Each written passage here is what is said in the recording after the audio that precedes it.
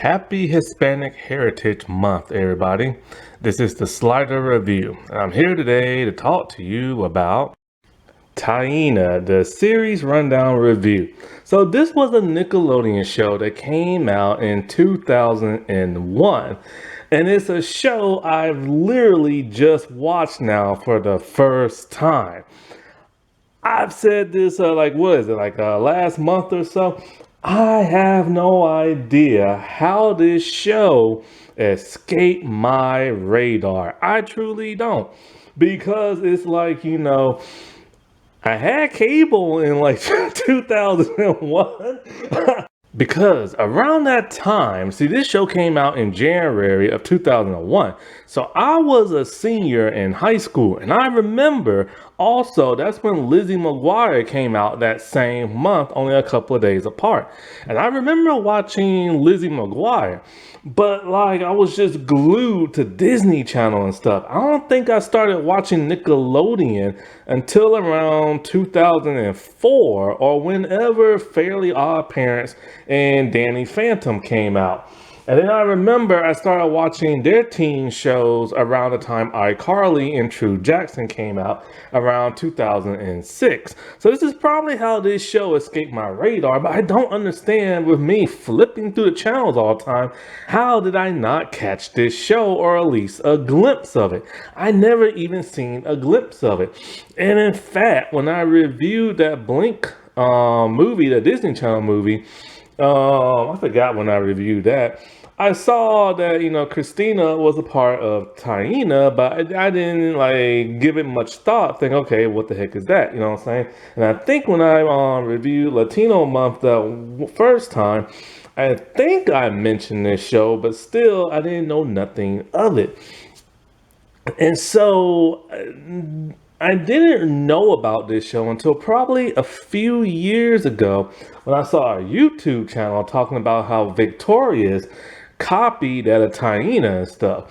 And I've never really watched Victorious either, only one episode, the episode that was really, really hot and everything that summer. And that's the only episode I've ever seen. I just never cared to watch anything else of it.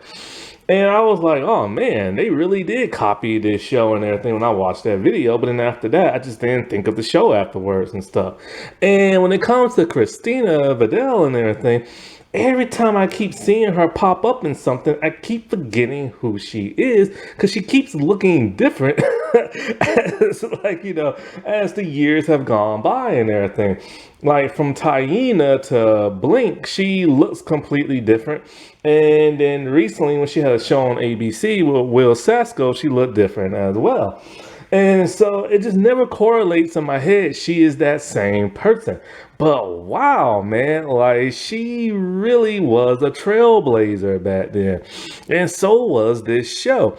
I really enjoyed this show. Now, when I read the comments, when I watch this, because I had to watch this on YouTube. See, Nickelodeon has not put this out on DVD. Nickelodeon will not put this out on Paramount Plus, but instead they put it out on Pluto TV, but in Spanish. That doesn't help me because I don't speak Spanish. And so I'm like, okay, I can't give up. You know what I'm saying? I gotta find this somewhere.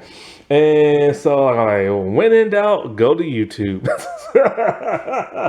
And luckily I found it. So there's a couple of channels that have it, at least two. One uploads it in parts, and while the other one uploads the entire episode. The quality isn't great, but hey, you gotta do what you gotta do. And boy, I really enjoyed this show. Let me tell you, I love that theme song. I've been listening to that theme song over and over and over. And the theme song that's in the first episode towards the end, I found a solo video of that. Boy, I've been playing that like crazy and stuff. I love that song and everything. And so I made a video a while back about speculation as to why Nickelodeon won't put this on Paramount Plus and why it got canceled. Because there's so many rumors going around as to why it's getting canceled, to where even the stars and the creator of the show don't know the full story either. So I just pieced together what all I heard and come up with like an assumption. And I'll say that again, like, in this video and stuff. And after watching, it took me like, I think 2 weeks to watch the show, maybe 3, because it only lasted for 2 seasons for a total of, 26 episodes, because it got canceled really fast and ahead of its time, because like there was a 3rd season planned and a TV movie, and Latangela said that she believed that the show was probably going to go on to at least 5, 'cause that's what what it seemed like at that time, but the plug got pulled after the 2nd season. And it's quite a shame, man. I see why people had that nostalgia feeling when they watched this show, and they said this show was ahead of its time, because it really was and everything. Sadly, as great as this show was, it was not the blueprint for Nickelodeon going forward with that of female-led shows. Because that didn't happen until around 2004, 2006. Unlike Disney Channel with Lizzie McGuire, after that show was popular, they had like female-led show after female-led show after another. And it's quite a shame, because Nickelodeon was with the whole like, we just want to cater to boys and everything like that. And so it's like, well, if you're trying to cater to boys, why the heck did you make a show about a female and everything? Like, how is that supposed to cater to boys back in the day? But you know what? This show should have been on Disney Channel. This show was on the wrong freaking network. Because if it was on Disney Channel, it was still lasted for 2 seasons, but it would have had about 60 something episodes. Only problem is Disney Channel would have made it wacky, and that would have been like a shame, because this show doesn't need to be wacky. It has the perfect blend of like humor and like drama. It's a sitcom, but it's not those 80s sitcom where they hold you by the hand and teach you a life lesson where the parent talks to you and stuff like that.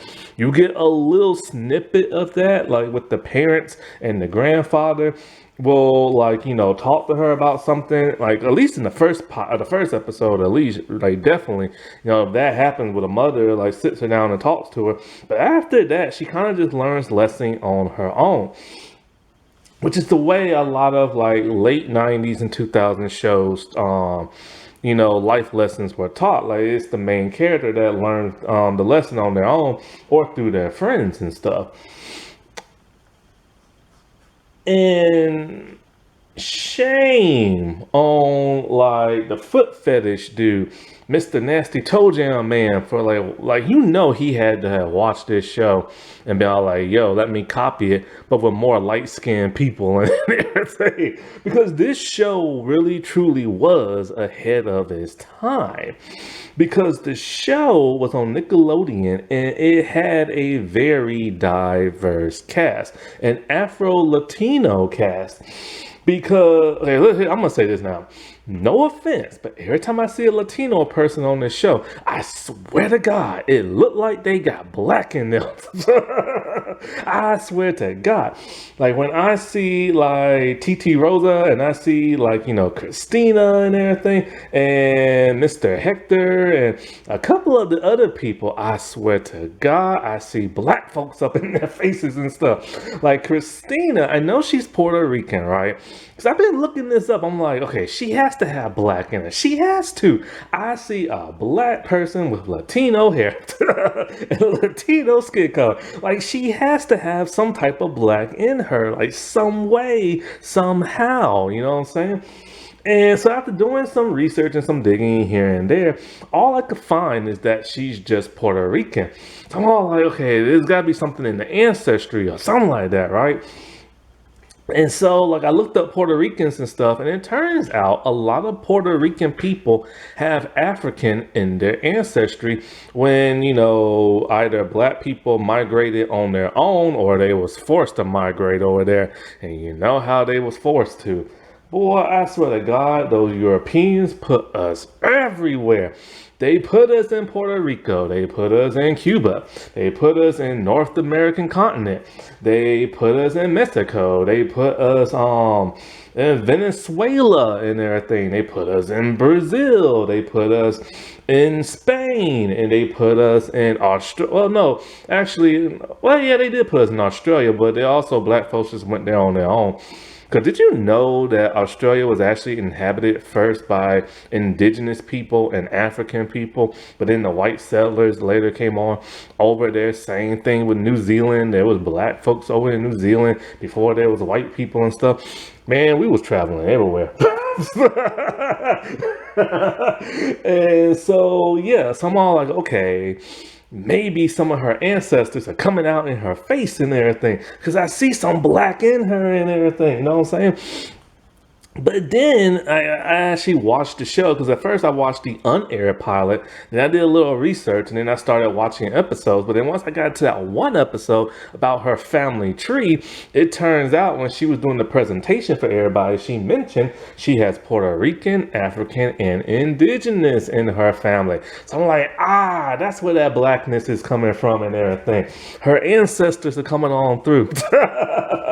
Because that does happen with people sometimes. Sometimes your DNA will go back thousands of millions of years, and all of a sudden, say like you're a white person with a white family, and everybody has blonde hair, but then all of a sudden somebody pops up with red hair and stuff. And, because it will literally go back as far as they want to just to pop up somebody from your ancestry and everything. And the actress who plays her aunt, she's actually Cuban and Dominican. And we know Dominican people have black in them. And we know there's a lot of black Cubans. When I looked at that aunt, I'm like, I know for a fact that gotta be a black woman. And everything. But back to the diversity of the show. Yes, it was that of an Afro-Latino cast.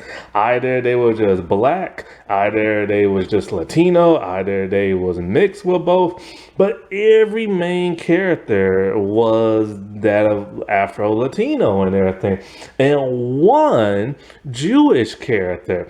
Yes, there are in fact no white people in terms of a main cast or a recurring cast, because the dude who plays Daniel, he's actually Jewish, I found out. This is like mind-boggling. This was back in 2001 of everything, and this was on Nickelodeon. Nickelodeon wasn't known for doing stuff like that. Like, they had that one Asian show, Alex something. She was like a detective or something like that, but I've never seen that show. And so, but it's very rare, because even Disney Channel didn't attempt that until a few years later and everything. And, what great representation too, and what realness, because they acted just like their race. Because how most of the time when you see minority characters and a predominantly white show, if they don't act like a stereotype, sometimes they act like a white person and stuff. But here you can actually feel their vibe. You can actually feel their flavor and everything. You know what I'm saying? And it was great. And it's really interesting when you watch the unaired pilot and then you watch the actual pilot, because even though they are different, they are still similar. And a lot of beats that happen in the pilot happen in the aired pilot.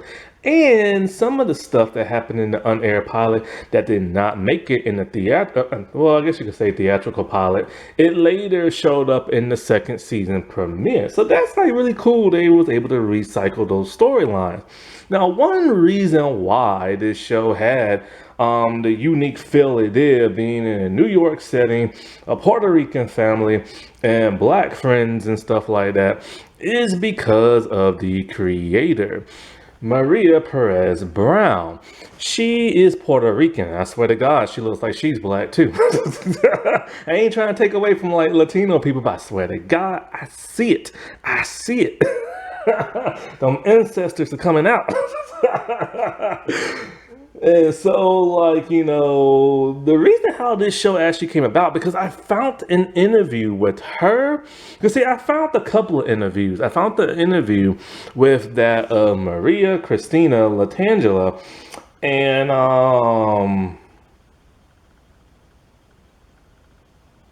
is it Kayla, I think her name is? Kalia? Yeah, Kalia and everything. But I found like one with this one dude from 10 years ago. He doesn't really make videos no more. But like they all three of them did like an interview with him. And I found so much interesting information about like the show. And something Maria says is something similar to what Christina said 4 years ago. I think it was on Entertainment Tonight that I found on YouTube, which makes me speculate some of the reasons why I think the show got canceled. Because there's more than just one factor and everything. But how this show came to be is that she was working on Nickelodeon with a show called Gala Gala, some type of like tropical island, and and then at some point, like she started working with people like Spike Lee and everything, and Nickelodeon's all like, okay, look, we're not going to renew your show no more, but we want to work with you and this other person, so come up with some ideas and we'll see what get green lit. And so she came up with a show about a Puerto Rican family and a little girl a teenage girl, who wants to be like a superstar and everything. And that's how Taina came to be. Now, what's interesting is that, they had to film this around like, 1999. And so like, what's interesting is, like I said before, Lizzie McGuire came out the same month as Taina. Now, it's interesting that both rival networks will have a female-led show. And there will be like a quirk in the show that the character will have. Taina's quirk is she fantasizes and daydreams and everything of her performing and singing and making music videos, stuff like that. Whereas the quirk with Lizzie McGuire is we see animated Lizzie to where we hear her inner thoughts through an animated figure of hers. Since we know that it was Maria who came up with the concept of Taina and pitched it to that Nickelodeon, I bet you anything Disney Channel probably has like spies somewhere over her or something, but like, hey, look, they're about to make a female-led show, we gotta do the same. Because back in those days, Disney Channel was different. They had So Weird that followed a female, but it wasn't your Disney Channel formula. It was like the X-Files. And then they had Even Stevens, but it followed a son and daughter duo and everything.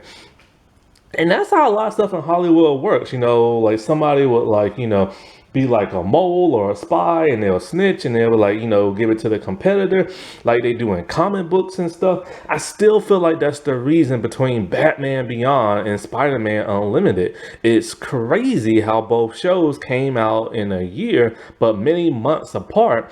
And they have a very similar vibe. The hero has a redesigned costume that's all black with a red symbol on it, a future setting and everything. And, it's just like so more high tech and everything. And I truly feel like probably Disney Channel heard the concept of like a female-led show and did it. I mean, that's what Kevin Feige did for Captain America Civil War. And I mean, that's literally what he did. He heard that Warner Brothers in DC was going to make a Batman versus Superman movie. So he thought, okay, I got to do the same thing, but what can I do? Oh, wait, there's that comic book where Captain America and Iron Man go head to head. So I'm just going to adapt that. And he beat them to the punch and stuff. And, Maria, she gave some really interesting details about, the show and, the different vibe it had from, say, California to, Florida and stuff.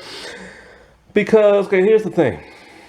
As to why it might have got canceled, there's been lots of speculations, right? Oh, also in this video, I'm gonna go down like the gist of what the show's about, the gist of what the character's about, the differences between the unaired pilot and the aired pilot, thanks to Latangela when she posted that video and stuff. And also, like, why I think Paramount Plus just doesn't want this on their streaming site. So, like, Maria said that, like, the show, because the pilot, the unaired pilot, was filmed in New York. You can tell that by the atmosphere. But then the actual aired pilot, part of that had to have been shot in New York because, like, the city streets look like New York and stuff like that. And they actually went to the Manhattan School of Arts. And so, the interior is like, what they came up with in Florida.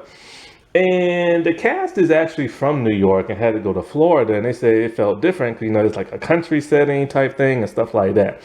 And so, like, the studio in Florida, Nickelodeon studio, where it was first filmed, the first season, that studio looks so small. Like, when you go into, like, the house or Papitos, in the school, everything just looks short.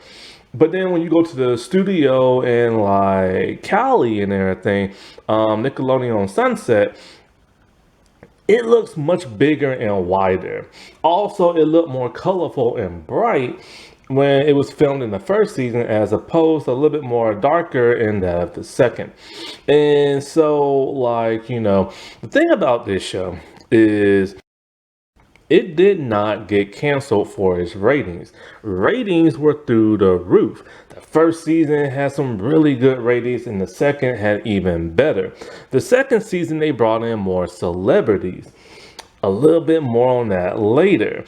And so, at first, it aired on Nickelodeon, then they will put it on Nick at Night, where the reruns of it, the ratings went even higher. But when they put it on Snick, remember that Saturday Nick, the ratings doubled. So it was never the ratings fault, because this show was a smash hit. So you think to yourself, okay, well, if it's like a smash hit, why the heck did it get canceled?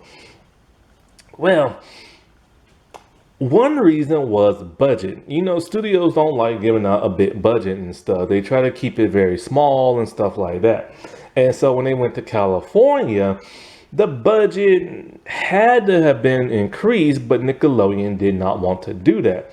They brought in tons, and I mean tons, of up-and-coming celebrities at that time. And, celebrities want to get paid money. And Maria said that, like, there were some celebrities that, when you film in California and they're used to getting paid money, you're going to need a bigger budget because they want to get paid more money. So most likely those celebrities that came in, they wanted, some like really big bucks and everything. But of course, the studio did not want to do that. And if a studio can find a show that's cheaper to make, then they'll probably end up canceling the one that's more expensive. Because this show actually got replaced by Romeo. What's funny about that is that little Romeo cameo in the last episode. Now, another speculation is that Nickelodeon wanted this show to be geared more to guys, but more females are watching the show. This is why, from the unaired pilot to the television series, Taina was originally given a sister, but then changed to a little brother. They was hoping to bring in more guys. But how the heck you gonna bring in more guys when the little boy is like 5 years old and like adorable and not really doing boyish type stuff, you know what I'm saying? And so, like, they really wanted to cater to more guys, but that just was not happening. And so that was always a speculation for why Nickelodeon canceled it, like Wikipedia said. Now, another like a reason is because, like, could be because of behavior. Now, Christina said a few years ago that like she wishes back when she did Taina, she acted more professionally.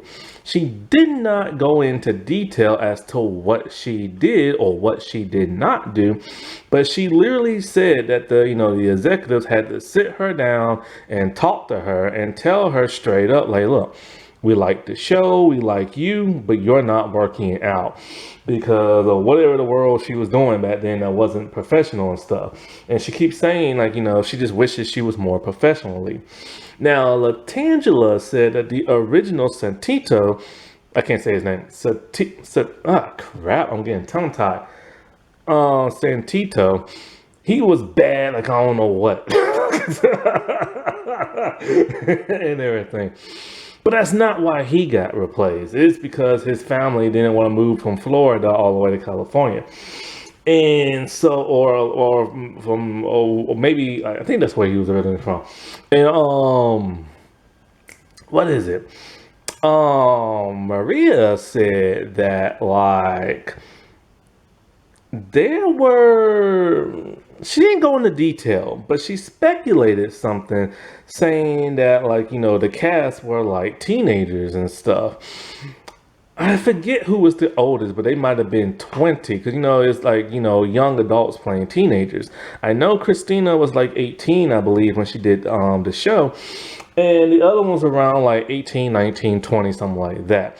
And she said, it was teenagers being teenagers with teenage situations and everything, indicating that, there might have been some tenseness or some drama behind the scenes. And she said, there were just those who didn't want to have to deal with this anymore, and some people were they coming back because some did not want to come back and everything. So and she doesn't say who those some people are, so it makes me wonder, okay, did some of the adults not want to come back for the show because of whatever was going on behind the scenes? Or was some of the younger stars not wanting to really come back? Because they keep saying, they thought they was going to get a third season. But if there was some slight friction of whatever these teenage situations are and everything, and it rubbed some people the wrong way to where they just didn't want to deal with that no more, and they didn't know if they was coming back or not, then that could have been a complication and everything. But she won't say who exactly and all this other stuff. Or it could have been like the recurring characters who were like adults. Hey, we don't know, what I'm saying? Because, young folks will be young folks, especially in their their late teens or early 20s, you know what I'm saying? Because, like people say, you go through puberty when you're a teenager. Heck, in my opinion, you go through it when you're in your 20s too. It's a completely different time. You know what I'm saying? And so that could have been it. So with the show being expensive, having to pay for all these big time celebrities, them not catering to guys and everything, and also that like some backstage shenanigans, maybe the network's all like, hey, look, man, this is too many strikes. We can find a different like show and cast that's cheaper and less problems and everything. And I believe that's why it got canceled. Now, as to why Paramount Plus will not put it on this like network and everything, well, a lot of shows from that early 2000s don't make it to Paramount Plus. Some do. Some really, really do, that was popular and lasted for a long time, like Are You Afraid of the Dark? Or Salute Your Shorts, which I have no idea what that's about. I've never watched that. I don't know, well, why are they saluting their shorts? Like, why? I don't get that. And so older shows like Shirley Holmes and everything that was very popular is not on there. That one Asian girl show that I told you about, where she's a detective, that is not on there. So a lot of older shows don't make it there. Also, I did have this one theory. I said maybe the studio. Oh, wait, crap. I forgot about the other thing that got the show possibly canceled. Christina's music career. So Christina revealed that, like, During the second season, things got tense between her then music manager and the executives on this show. Something happened when they clashed. Because I guess, in order for her to make music and do this, maybe she'll go on tours. She's not going to have enough time to film the show. Because it's going to come in conflicts. But I don't know exactly what happened with the argument. But the argument was so big, her mom had to step in and everything. And so she thinks that could have been a reason as to also why the show got canceled, is because of that big argument that blew up and everything. And so if it was indeed that big argument, the studio could be holding a grudge, even after all these years. But presidents of companies change. So with new presidents, they'll probably allow the show. Because that's why I Am Frankie got canceled. Popular show, lasted for 2 seasons. It was on Nickelodeon, but it was finally revealed by one of the stars that the new head of Nickelodeon took over and he wanted his own stuff to be airing and not the old stuff. So they got rid of it and everything to make way for what he wanted. And so maybe they could still be holding a grudge. Maybe that's why it's now on Paramount Plus. But most likely the reason why it's now on Paramount Plus is residuals. No network likes to pay residuals. This is why, they went on strike. Because when things air on TV, you get a certain large amount of residuals. But once it went to streaming, these networks and these person in these business suits, they found a loophole in the contract. They don't have to pay as much because this is not broadcast TV. It is streaming on the internet. And so this is why a lot of stars are now getting screwed and why many of them have to go and do something with the word only in it. And so with this show, not only would they have to pay residuals to that of the cast, but some people are more famous than that, than some of the main stars. Like Lisa. Lisa is very famous. So you think she would be getting a bit more and everything. But then you got to stop and think about all the copywritten music. That is expensive, very expensive. Then you gotta think about that of the celebrities that are bigger now than what they were back then. Although some people have kind of disappeared, but Shakira is still pretty big and everything. And Nick Cannon, which I still don't understand why that dude's famous. I seriously don't. I really don't. I don't like his acting. I don't like his rapping. He has tons of shows he created. He has way too many baby mamas and kids. I don't understand why this dude is famous. But anyway, he's gonna get paid a good amount of money and everything. And so is Romeo and and Dream and 3LW. They gonna get paid some money. And of course the studio might be like, you know what? It's probably best we just don't put this on Paramount Plus because we would have to pay them residuals. Which is probably why they license it to that Pluto TV, because Pluto TV is free.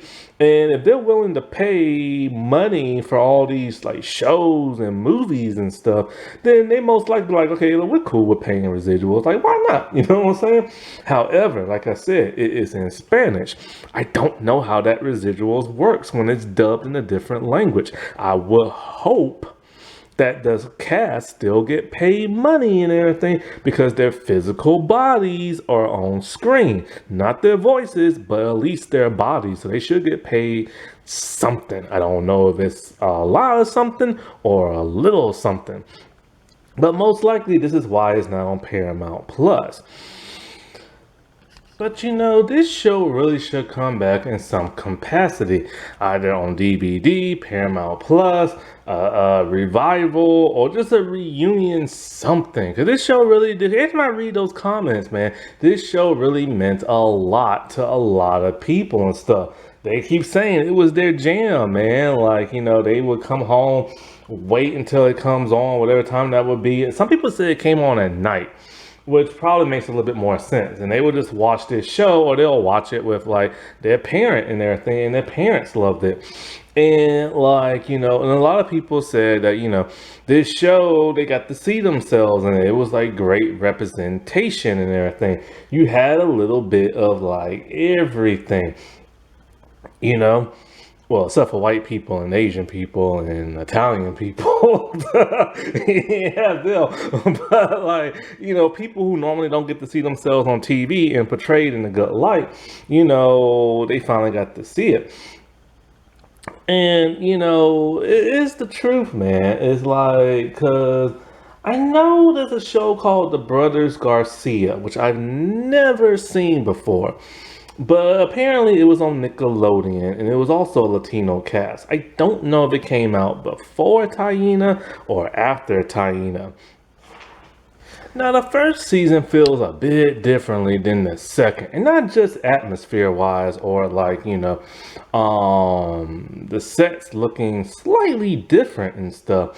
But the first season dealt more with that Taina and learning more about her. Like, it felt more like a sitcom as opposed to a Nickelodeon sitcom, Like in the first episode, she's like, unsure of her path in life because she wants to be a star, but the teacher gave her a bad critique. So now she doesn't want to do it no more. And then we learned that even though she is Puerto Rican, she can't speak no Spanish.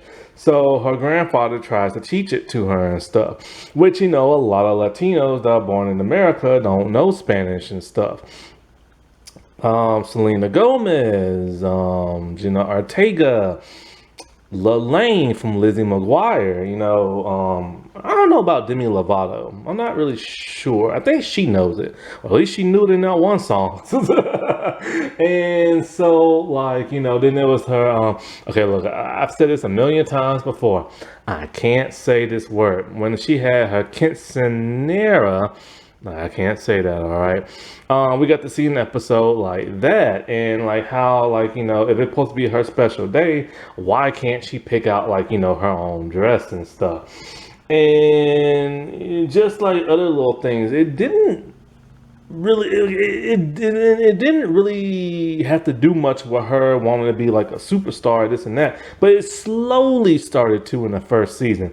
And the first couple of episodes, like I said, it was more about her, like her finding out about like her heritage and stuff like that, and and then it slowly started to get into like her doing performing type stuff. And like, there was that cell phone episode where, like, she sold it to Renee, and Renee was being a butthead about that cell phone and everything, even though she knew it was crap. Or her wanting to be in this popular girl group that they have at school called Blue Mascara. So it was more about her navigating through, like, the performing arts school and her learning life lessons that way. But then when you get to the second season, then it starts to be more about her performing. Like, we constantly see her performing, doing stuff, doing plays, singing, dancing, and the rest of the cast doing stuff like that as well. Because it's almost like, oh wait, they're in a performing school, but yet they're not really performing that much. So the second season is really more focused on that, and it has a different vibe. Also, it started to feel more like a Nickelodeon sitcom in the second season. It was kind of like a little bit like wackiness to it, like when she had to learn how to fight and everything, and box that one girl, and like, her trying to get like an agent by singing and dancing for 5 hours straight. Or her being like selfish and hogging, like, the limelight when she was in that bird costume, or when she was dressed like that old person doing that play, and overshadowing people and stuff like that. Now the intro is really cool. The first season intro is just like Christina singing and dancing in New York, but she's on like a green screen, and there's one scene towards the end where it's actually real, where she's actually in New York. By the second season, it changed. It's the same song and it's some of the same dance moves from Christina, but now it's inserted with the younger cast on the green screen. And even though the series finale was not intended to be the series finale, it still feels like a good enough ending for like all of the cast characters. They started a band, they did one of those documentaries about like, being in the band and breaking up and then getting back together and performing for everybody. But yet, the show was supposed to be about Taina seeing her name in lights and being famous. And sadly, we never got to that point. And it is sad. Like, yeah, this is a fictional character and everything, but it's a fictional character who life, we we got to see navigate through like her life and everything. We got to follow her through life and everything, and her ups and her downs, the mistakes that she made, and you just wanted her to see her name in lights, man. You wanted to see her be huge and everything and stuff. Oh wait, I forgot. She was also in the other movie. What's it called? Life with Mikey or something like that? With Michael J. Fox. I remember that movie. Well, I like that movie. People didn't, but I like that movie. And it's just like this show needs a revival, man. But I don't want the revival of her being famous from the start. Maybe she never became famous, and maybe she's like, you know what, I'm gonna work harder now, but it's gonna be harder because she's older, so she has to work twice as hard and everything. And I would love to see that and everything. And that's for like the famous people who was on this show. Man, there was like so many. You had Kim Fields who directed episodes, and you had Melissa Joan Hart directing episode as well. But you had people like Romeo, Dream, Nick Cannon, Solange, Kelly Rowland, but yet no Beyonce or Michelle, but yet their pictures do show up. And it's funny because, we see Solange, and in the next episode, we see like they start mentioning Beyonce's name and everything. But then we see a picture of Destiny's Child, and it's kind of like, wait, hold up.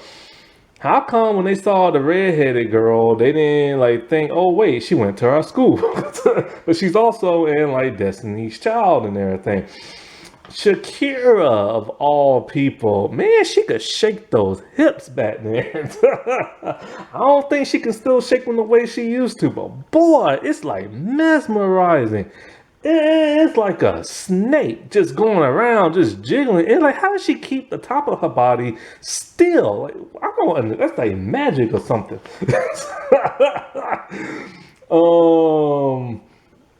I think one guy's name is Louis Fossey. I think there's some people here I don't know. Now there was Brooke Allison. Man, talk about tragic, man. She has been in a coma since like 2018, and her mind is in a vegetative state. Her parents don't know how. It's just she contracted some kind of illness. And I remember hearing her sing years ago on Nickelodeon when they used to have music videos and stuff. And it's just so tragic to see what has happened to her. And there was a lot of other famous people as well, like 3LW and some other folks, but I don't know exactly who they are. And there was C Note, but I don't know who they are. And the whole 3LW thing, that was funny how it came to be. That was actually the first episode filmed. And the reason how it came to be was that Maria needed a girl group to be in the show. So she talked to a friend of hers, and her friend actually helped form the 3LW because like her sister's in the band. So she's all like, hey, look, I'm looking for this girl band, blah, blah, blah. So she's like, all right, I'll send you like a cassette tape of them. She heard it. She's like, yeah, I don't know who these three little women are, which I had no idea. That's what 3LW stood for. I had no idea it was three little women. And so like they put them on the show, and it's one of the most popular shows like for a lot of the fans and stuff. Now, of course, around, probably 9 years later, the Toe Jam man decided he was going to create a television show about a Latina actress where she's going to be going to a school of performing arts and meet like a bunch of like wacky friends. And of course, that show would be Victorious.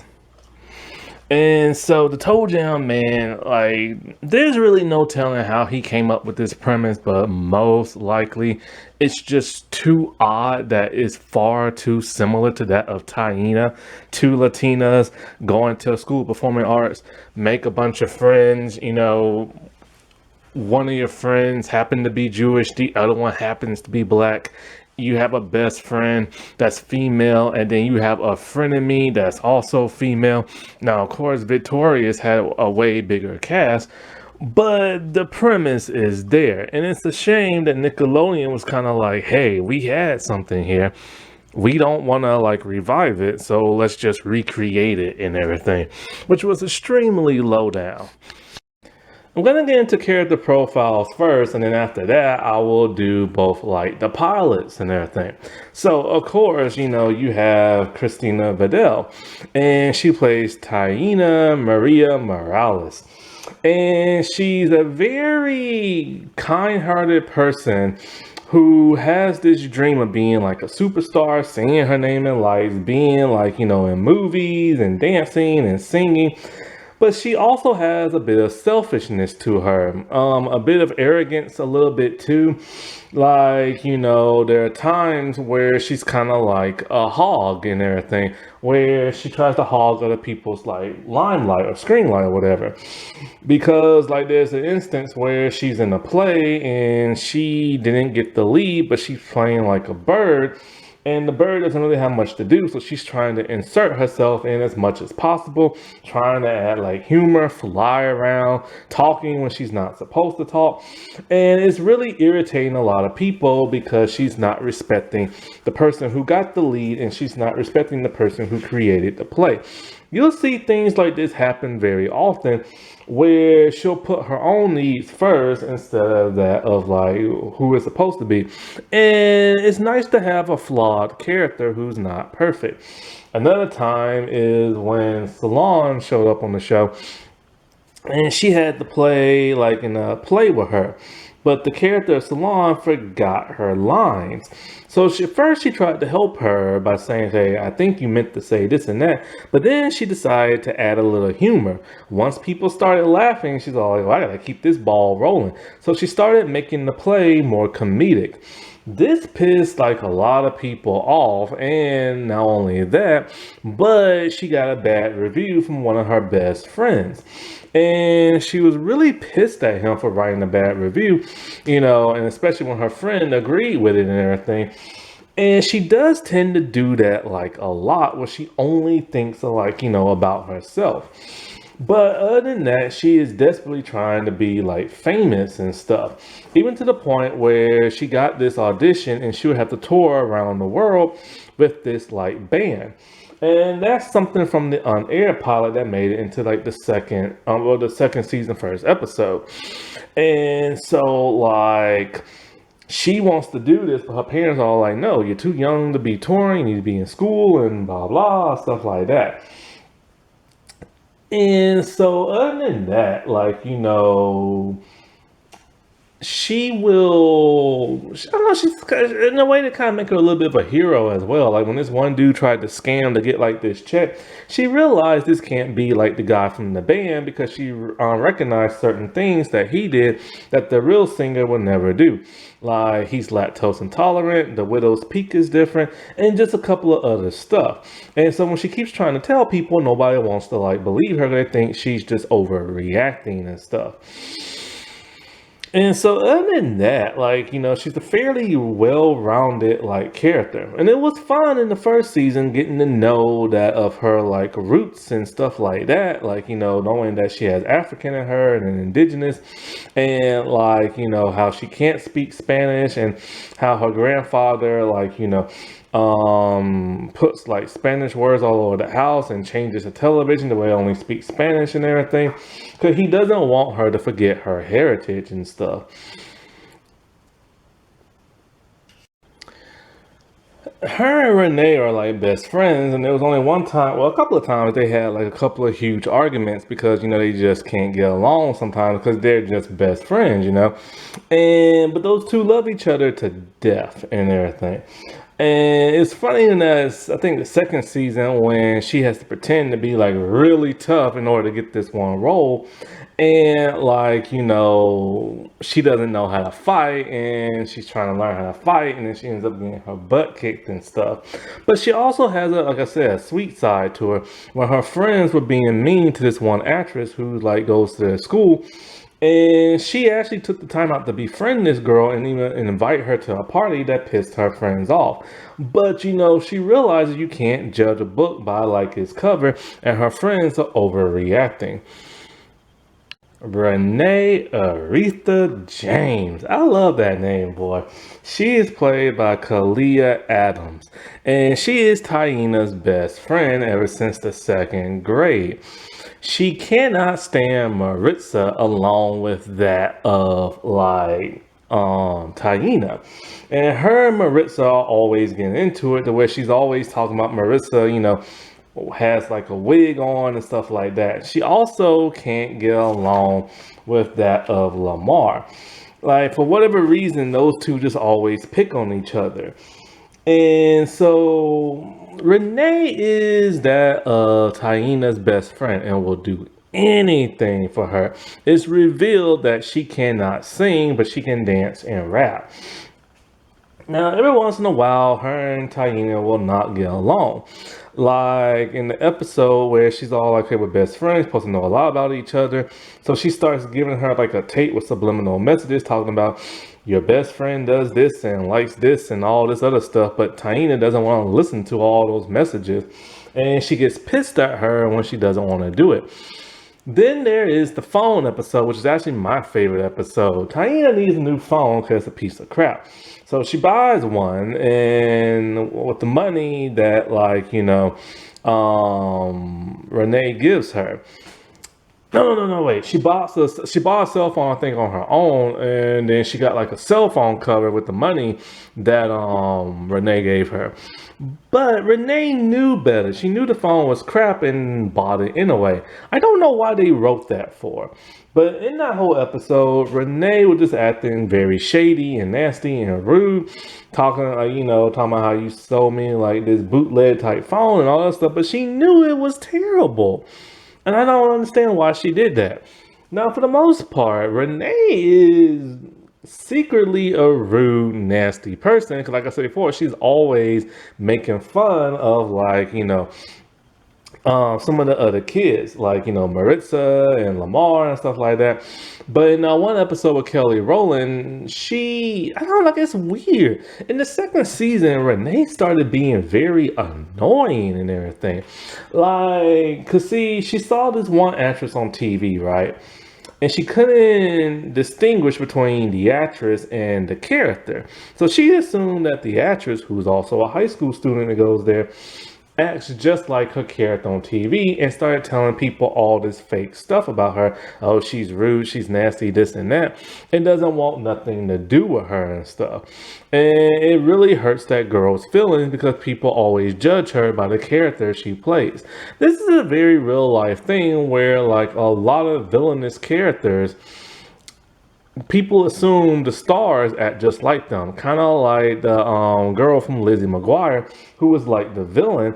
People always assume that Kate was like really mean, but Ashley is actually really nice in real life.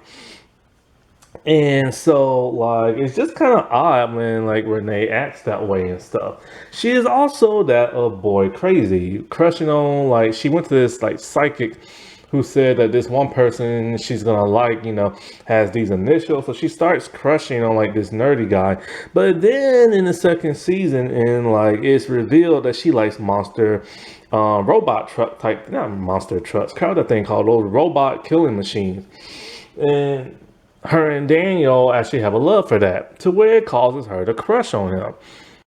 It's like just out of the blue, she just starts liking Daniel, and there was no sign of that in season 1.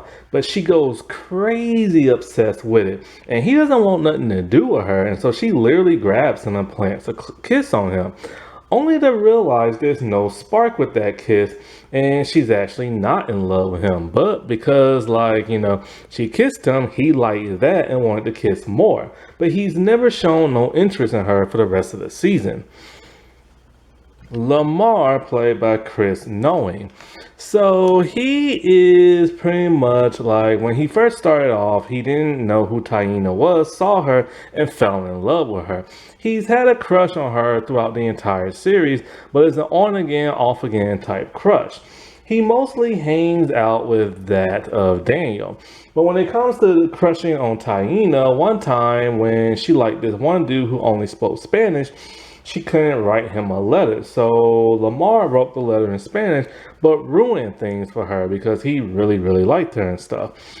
And I don't really know if she truly knows he likes her that much, because he's never really truly revealed that to her. But mostly he's just paired with that of Daniel, and they get into all kind of hijinks together, especially like in like the second season. Him and Renee cannot get along, and he cannot stand that Maritza and stuff. He mostly interacts with mostly like the plays and theaters, working as like assistants and reviewers and filming documentaries and stuff like that. But it is revealed in the last episode he can actually sing. Daniel, played by David Oliver Cohen. He is the only non-Afro-Latino character in the show. He is Jewish. He is brand new to the school and he doesn't know nobody. But it turns out that he has to share a locker with that of Taina because the school made a mistake.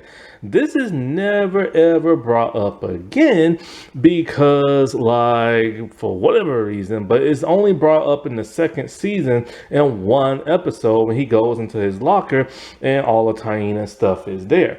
It's weird because we constantly see both of them go to the locker at different times throughout the series, but it's never mentioned again except for that one episode. And so he likes to play guitar, and he's a very kind-hearted person and very soft-spoken. Even when he gets mad at you, he rarely raises his voice. He's mostly paired with that of Lamar, but also he tends to be paired with Maritza a couple of times in the second season. And it turns out he loves the Beatles and also those robot like killing machine type things. Now, what's crazy about Daniel is with the start of the second season, he looks completely different. He had long shaggy hair in the first season and he had a bit more weight on him. Now he cut his hair, is slightly spiked, and he has a gold tee. And now he dresses, and he's slimmer and he dresses differently. So he looks like a completely different person and he looks like a cool kid type character. Yet he still acts like that very soft, kind-hearted, dokey kind of guy. And so he doesn't look the way he acts and everything. Maritza, played by Latangela. She is the frenemy of the group. It's weird because she is friends with them and she will use them, but she can't stand none of them and stuff like that, especially Taina, especially Renee. And so she has this very high-pitched voice when she giggles and laughs and whenever she says the name Taina. And she's very jealous of Taina because they normally go out for the same stuff. She comes from a family of money. I swear to God, this is the early 2000s. There is leather pants everywhere. She wears them. Daniel wears them. Lisa wears them. Taina wears them. Some people in the background wears them. Leather was a big thing around this time. Thank you, Matrix. And so she comes from a family of money. And she's very, very, very rude and very snappy. She will literally tell you how it is to your face and just insult you. Now, the actress said that's pretty much Maritza is just all her, all the quirks and everything like that. That's just her being her. And so I tell you this right here, right now. Every scene Maritza is in, when she opens her mouth, she steals the entire show. She is that hilarious to the point where I'm surprised they never gave her a spinoff and everything. But then, of course, they wanted a guy show, not a girl show. That's probably why. But I swear to God, she is hilarious, especially that of her answer machine. And so, like, the actress said in the first like 6 episodes, there's a reason why her character just like pops in and pops out and only says like one thing, and that's because she was never intended to stay on the show for long. But they liked her so much they kept her on the show, and so around that time is when she started interacting with the cast a whole lot more. And it's revealed that like her stepfather is never there for her. Where her biological one is, who knows? And so because of that, people assume this is why she's so rude to everybody, because she just wants her family in her life and her stepfather is never there. But what makes no sense is that episodes later, we always see her bragging about her father's money or him getting her like stuff for like her entertainment career. So it's kind of like, okay, it would have been nice to see him and see him neglect her, but yet she's always getting what she wants because of him and stuff.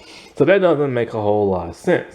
But when I say she is hilarious, she is hilarious. Like when she had to teach Taina how to fight with the Vaseline and and everything. But she's constantly using the entire cast to get what she wants and stuff. Lisa plays that of the mother, Gloria. Now, I never knew who Lisa was until now after watching this show. Because everybody keeps saying Lisa this and Lisa that. I'm like, well, who the heck is that? So I researched her. I saw a documentary about her and her band she used to be in the 80s, because she's a like pop singer and everything. And she had a band with these 2 black guys, or 3 black guys. I can't remember which one. And they were very popular in the 80s. She, is like the 10th child in her family, and she's the youngest. And she joined the band when she was in like high school, and they toured and everything like that. They were very famous. But then, just like Marissa said, fame is fickle and everything, and the band eventually broke up because there's like other like people who were helping out with the band. They kept focusing on her and not the guys, and eventually they broke up. I'll tell you this about Lisa right now. Boy, when I saw those music videos of her, she looked just like Paula Abdul. I'm not joking. She no longer look, well, actually, she still kind of looks like her a little bit. And that's a strong woman right there, because when she was touring and everything, she had cancer and didn't tell nobody. And she was like throwing up in the bag and touring, and nobody knew. And her first marriage didn't work out, but then her second one did and stuff. But of course, she got screwed by like the music label, and her solo career didn't go nowhere. But sellout dog, Snoop Dogg, little sellout that he is, I can't stand him no more. Anyways, I'm sorry. I'm sick and tired of these rappers influencing young black men and young black girls only to sell out when it comes like to help them out years later and everything. Him, Ice Cube, Lil Wayne, like there's more. Like, stop worshiping these rappers, man. I swear to God, all they do is turn their back on their own kind. But anyway, he helped her out a lot by getting her music career back going and stuff. And one of the things that people notice, when she did like this show, I gotta say, for a singer, she can act very well. Most singers cannot, especially on this show when they guest star on this show. But like, she can act. Now, what's interesting is the whole Mariah Carey, Jennifer Lopez connection and stuff. Because, okay, Taina worships that of Jennifer Lopez. That is her idol. That is who she wants to be. I've seen people say that Christina Vidal could have outdone J-Lo if she would have had a better music manager. And you know what? They're 1,000,000% right. Christina can sing her butt off. Now, I like Jennifer Lopez's music, but I'm very shocked to find out that she doesn't sing all her lyrics and stuff like that. And she has other people to sing things that are dubbed over her voice. I'm also even more shocked to find out that, like, doing a live performance, she was like really terrible that one time, and it's just like the studio that kind of helped enhances her voice. Because I really loved her stuff in the early 2000s, you know? But Jennifer Lopez is way too problematic. I'm not just talking about all those marriages she had. She is a rude woman. And my God, the stuff between her and Rosie Perez back on In Living Color, boy, when I found that out, it's like, holy crap. Anyway, the connection between them is, like I said before, Taina really loves J-Lo, even singing one of her songs in the pilot and in one of the episodes towards the end of the first season. What's crazy about that is that when Lisa tried to go solo and it didn't work, the studio found a young Mariah Carey and put all their investment in her and forgot about Lisa. The crazy thing about that is that Mariah Carey's ex-husband, who was like her manager, when he got pissed at her, made J-Lo into like a megastar to outshadow that of Mariah Carey. Crazy connection. Okay, I can't really pronounce his name that well. Malolo Verdi. Manolo Villaverde. He plays the grandfather and everything. He's a Cuban actor. You know how TV shows do it. When they need like a certain Latino, you know, it's a Puerto Rican family, they'll get like cast any Latino and stuff. At least they cast Latinos this time and not Italian people or white people. That drives me nuts. Like with that Disney Channel show, Stuck in the Middle, where one of the characters was white and the other two was Italian playing Latinos, and also Power Rangers SPD, where like it was a white girl playing Latino, and also Fear the Walking Dead, where there wasn't a single Mexican person playing a Mexican person. And so, like, he is the grandfather. He's from Puerto Rico. He's very sweet, kind-hearted. He loves telenovelas. And one episode in the second season, you know, he feels like since Taina is growing up, she doesn't have much time for him. So he's trying to spend as much time as possible, getting a job at her local hangout and everything, going to dance classes, trying to be hip. And every once in a while, he'll give her like a life lesson. TT Rosa is played by Solaris Leyva. I think that's how you say her name. I'm not really sure. She was only in the first season. She is the aunt, and she is the sister to that of Gloria. I don't know why she wasn't in the second season, but she was just completely written out and is never mentioned at all in the second season. It's like her character never existed. I don't know if she didn't want to make the jump to California. I don't know if she had another job. I don't know if she couldn't get along with people. I just don't know. But she's a Cuban and Dominican Republic actress. And basically, she just kind of pops in and out of the first season. Her and her sister used to have a girl group together called the Bronx Chicas and everything. And she doesn't really do much in the show. She just kind of pops in and pops out.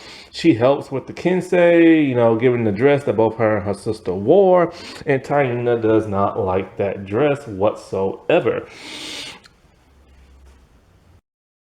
Now, Salinas Leyva, that's it, Leyva. She actually revealed a couple of years ago that she was, in fact, written out of Taina, and it devastated her. Man, I bet it did, because, like, she said it was one of the first jobs she had where she was cast as a young woman. So, yeah, it really was, because I think her first role was, like, 1999 or 2000, something like that. And like, yeah, man, they just like completely wrote her out, like out of the blue, and never mentioned her again. I think the reason why is because when you notice the aunt character, she just kind of appears in the show and then disappears. Like she just appears and like she didn't really like her character was never written to like add anything to the show, and she was just kind of there, kind of how like the two aunts were in Step by Step. I remember they was there and then they wasn't in the next season because they really didn't add nothing to like the storyline or the plot and stuff.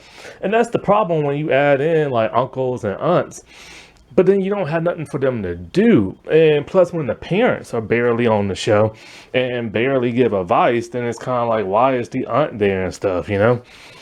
Josh Cruz, he plays Arnardo, and he is the father. I don't really understand why the father's in the show, because no matter what season it is, he's barely there. He just kind of pops in and pop out of the show, and he isn't shown for that much.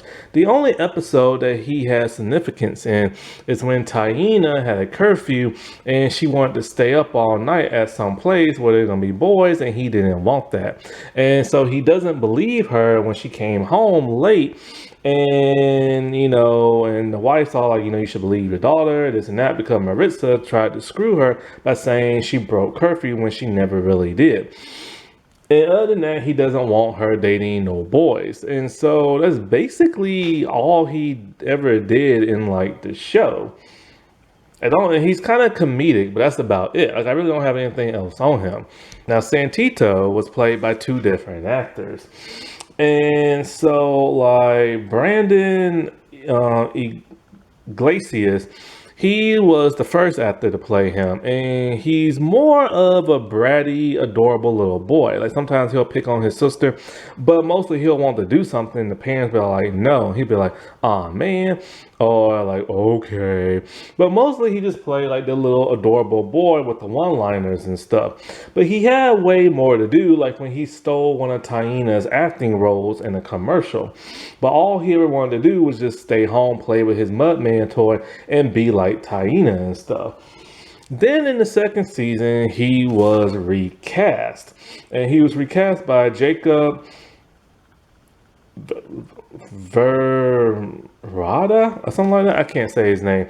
And like he's only appears in like 4 episodes and barely that. He just pops in to be like annoying and pops completely out.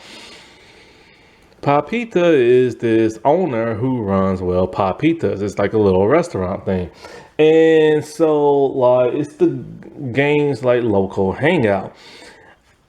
I don't know why. He looks different from season 1 and 2, but online it says he's played by the same guy. I think in the first season he had a mustache and he was more grumpier and more stern, whereas in the second season he has no mustache and he's more comedic and lighthearted. Either that or he's just played by 2 different actors. Now, about a month and a half ago, I got to see the unaired pilot along with a lot of other people because Latangela, who plays Maritza, found it when her mom found it in their attic and she uploaded it online. The pilot is so vastly different yet the same as the aired pilot. The theme song is different. It's no longer the lead actress like singing the pilot intro. It's more like this guy sounding like he's singing the intro to Dora the Explorer, talking about Taina, Taina, like it's like that, and it just sounds like Dora the Explorer. But the biggest difference is the actresses. Like they did a complete overhaul of the cast of like the unaired pilot, only keeping that of 4 people and stuff. The actress who played Taina is completely different. And what is her name? Is Diane Lozada, I think her name is. And they look completely different. Christina's more dark skinned and Diane's more light skinned. But the thing is, the everything about them is different. Like their personalities are a bit different. Taina is more softer, kinder, lighthearted. Every once in a while she'll give sass, but she's more like soft spoken and stuff like that. Whereas like, Christina's Taina, it has more like feistiness to her and stuff like that. More fire and everything. And she'll badmouth you if you get on her nerves and stuff. Also, Diane, like, no offense, but Diane's like a better dancer and everything. But Christina, once again, no offense, is a better singer and everything, and a bit of a better actress. There's nothing wrong with Diane's acting. It just needs a little bit of polishing, like here and there, you know what I'm saying? It's not like terrible, it just needs some sprucing up. But in terms of like singing, Christina is a way better singer and everything.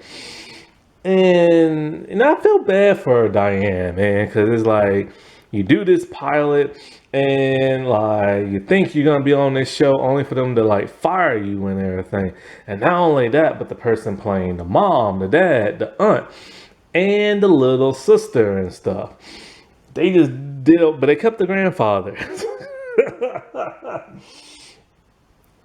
And so in the unair pilot, the differences are like, okay.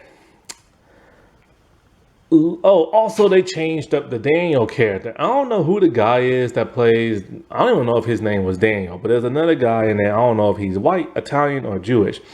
But the show, the unair pilot, the group of friends are already group of friends as the show starts, except for that Maritza, who's just the plain out enemy of the show and everything. She's not a frenemy, she's just a straight up enemy and jealous of Taina. And so like the gang's like all friends, and like Renee and Taina are best friends, and they try out for the performing arts school and everything. And Taina's trying to get this like one part for like a singer and for C note. And her and Maritza trying to get it, but it ends up like not Christina, but Taina ends up getting it. But the problem is her family will not allow her to tour. Now this is something that happened in the second season. And so she wants to go and she's adamant she's gonna go, but her family doesn't want her to, right? And she still does that whole daydreaming thing of like making a music video and stuff like that. Now, it turns out Maritza let it slip because she wanted to piss off Taina that the band isn't looking for a singer, they're looking for a dancer. She's bummed out and she still thinks maybe she can go and have fun, but then realizes, you know what, if she doesn't get to sing and just get to dance, it just won't be worth it. And she doesn't want to leave her family or Renee back home and stuff. Lamar still has a crush on her, but he's really shy about that and stuff. Other than that, it's pretty much the same. Like, the aunt talks about how her mom had like a band and, stuff like that. Now, in the actual aired pilot, Lamar is not friends with none of them, because him and Renee don't get along, and also he doesn't even remember Taina from like elementary. Maritza is the frenemy, and Daniel is the new student and stuff like that. Him and her share a locker, whereas in the unair pilot they don't. And so instead of her performing for like this group C Note, who later showed up in season 1. Instead, she thinks she's going to be a big star. She's really arrogant, only for her teacher to strike her down and be all like, look, you ain't ready. Your acting wasn't all that great. And it really bums her out to the point where she's moping around and no longer wants to do any of that and just wants to give up until she gets like a pep talk from that of her mom. And so then she goes back with a better attitude and she takes her acting more seriously. And then it's like she decides to sing the intro to the song, and everybody in the school is dancing and singing along with her and stuff. it's interesting, like I said before, it's vastly different, but also that of the same. Now, the Daniel counterpart, he's barely in the unaired pilot, but he mostly just hangs around Lamar. He has a slight more cooler feel to him than the actual real Daniel. And he's not as dorky as like the normal Daniel is. You know, it amazes me, like, as to why Christina didn't pursue a music career. She is really, really, really gifted when it comes to singing. And I truly, like I said, I believe, just like those other people say, she is better than J-Lo and everything. She's even sung like one of J-Lo's songs and everything. And she sung it better. And I just don't get why she never became a huge music star. Like, I really don't. Like, what the heck happened between her and her music agent dude that, that was supposed to happen back in the day? Because, after that big blow up, I don't think nothing ever came of it. I haven't read nothing about her having a music career. Now, if she was on Disney Channel, if Taina was on Disney Channel, they would have made a music superstar out of her like they did Hilary Duff and Miley Cyrus. Demi Lovato, Selena Gomez, she would have been the next big thing and everything. And it's crazy because she did star in a Disney Channel original movie, but she's barely in that movie and stuff. It's like once her character gets hurt, she's pretty much taken out for the remainder of the movie, but just pops in and out a little here and there. And, it's crazy because whenever people see her, they're always stunned by like how gorgeous she is, because she's this like Latino woman, like, that's very like, has a unique look to her and stunning. And your eyes just gravitate towards her, no matter what movie or television show you're in. So you think she would have been a whole lot huger. Now, she does appear in other Disney stuff like Freaky Friday, and she will appear in the sequel. I don't know how large of a part she's ever had in those movies because I've never seen that Freaky Friday movie. But it just perplexes me how she never had a huge music career. I just don't get it. Because, when Taina fantasized, they tried to make her fantasy look like an actual music video for whatever budget Nickelodeon gave them.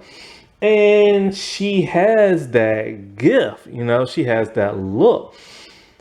I just don't get it. Like, I don't know if it's just like, if it was just her who decided, hey, I'm just going to pursue acting. I'm going to start a family. I'll put the music thing on hold. I don't know if it was that. I don't know if they have her in a weird music limbo contract where they're like, you can never sign with nobody else and blah, blah, blah, and stuff like that. I don't know what kind of attitude she had that huge blow up with like her music manager and like the network. Maybe that music manager, like, spoke through the grapevine and all like, hey, don't sign her and everything and blah, blah, blah, blah. You know how some people are in the entertainment business. But it's like, what the heck happened? Like, I just don't get it.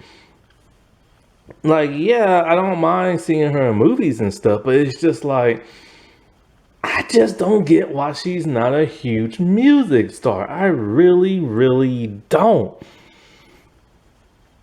I just don't get it. I know she had a television show on ABC. Wow, broadcast, man. Like, not even streaming. Like, broadcast is the way to go. But, like, I had a feeling that show wasn't going to last long because it had Will Sasko in it. And I think it was like a summer replacement show. And most summer replacement shows don't do well. And, like, the thing about Will Sasko is not like he's a terrible actor or nothing like that, but it's just like he's from Mad TV. And when most people come from sketch comedy like Mad TV and like SNL, like, their acting isn't that great because TV acting is different from sketch. I don't know why they paired those two together. That was just kind of odd because they was like a married couple and stuff. I just don't get him and her to like together. You know, it just didn't. I don't know. I guess they were trying to go for that old school like '90s formula of, you know, you have the skinny like hot wife, and then you have like the overweight comedic male, which was something that was huge with like King of Queens and like the Mike and Molly show and other shows like Family Matters and stuff like that. But that formula is like old, you know what I'm saying? Like people don't do that formula no more. So yeah, this is a show I wish I would have watched years ago. That way, when I rewatched it many years later, I could have member berries and everything. Wow, 23 years ago. That was a long time. And people still remember this show till this day. And the cast still looks the same and everything. I don't know what the younger brother looks like. I can't find no picture of them older and stuff. And you know, this was really a truly unique and special show that Nickelodeon had, but Nickelodeon eventually just no longer wanted and everything. And it's quite a shame because, you know, when you read those comments of people talking about this was their jam, they love this show, they miss this show, it really touches you, you know what I'm saying? And of course, the cast, they love and miss this show. And they really do need a revival or just a reunion, like on like Zoom or like something, you know what I'm saying? You know, just get together and like do it, which I know some of them have talked about they've been trying to, but it's hard to get a hold of one of the cast members and stuff. I forget which one, but it's one of the male cast members. And plus, they're gonna have to find the Santito boys and stuff because I don't think nobody has heard a scene from them since they was on the show. And it would be cool if they had the original Taina on there, but once again, don't know, can't nobody find her. And it would be great to find out why the aunt was let go from the show and completely written off. And you know what's crazy? We never got to hear Lisa sing on the show. What craziness is that? Alrighty, well, I'll talk to y'all later. Bye.